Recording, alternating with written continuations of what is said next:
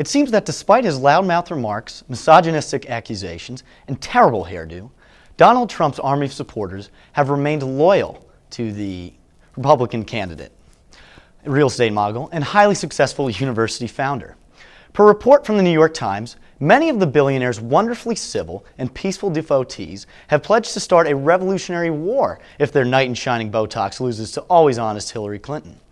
Jared Holbrook, an avid Trump fan and obviously stable-minded individual, told Times reporters that he believed people would march to the Capitol in herds to have Hillary moved from the Oval Office.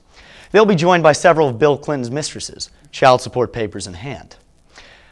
Whether these potential rioters can locate the White House is debatable. There's no debate about the fact that the U.S. political field has never been more divided. Roger Pilith, a retired teacher from Coleman, Wisconsin, told reporters that the Clinton campaign's belief that the country has never been stronger is an absolute lie.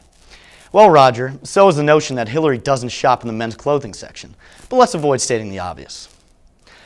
However, the big question is whether the United States, as divided as it is right now, can come together regardless of who is elected president. Trump has not promised that he will accept the outcome on November 8th, and former Secretary Clinton might very well use her secret contacts in North Korea to nuke Trump Tower if she loses. What is most frightening is the fact that neither candidate can stand to be in the other's presence. Watching them to attempt to compliment each other at the second presidential debate was like watching a drunk high school student tell his parents he spent the evening bowling with friends. It's as painful as breakfast the next morning. Both Trump and Clinton have turned this election into one big episode of Keeping Up with the Kardashians. Their campaigns are an entire he said, she said, but without the makeup hugs and I really do love yous at the end. The two candidates simply haven't behaved as professionals or politicians should, which sets a bad example for their supporters, who have only further distanced themselves from their opposing party and attack each other at campaign rallies and over social media.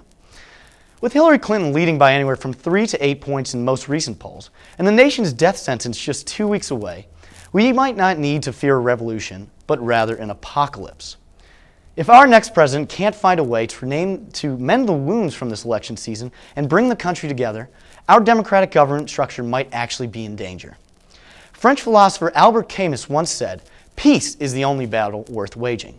Is it that outrageous to think that the peaceful American way of life we have enjoyed might be in jeopardy? Is rioting and revolution inevitably going to be the outcome, whether either Donald Trump or Hillary Clinton win this election? Will Bill Clinton and Monica Lewinsky reunite if Slick Willie snakes his way back into the White House?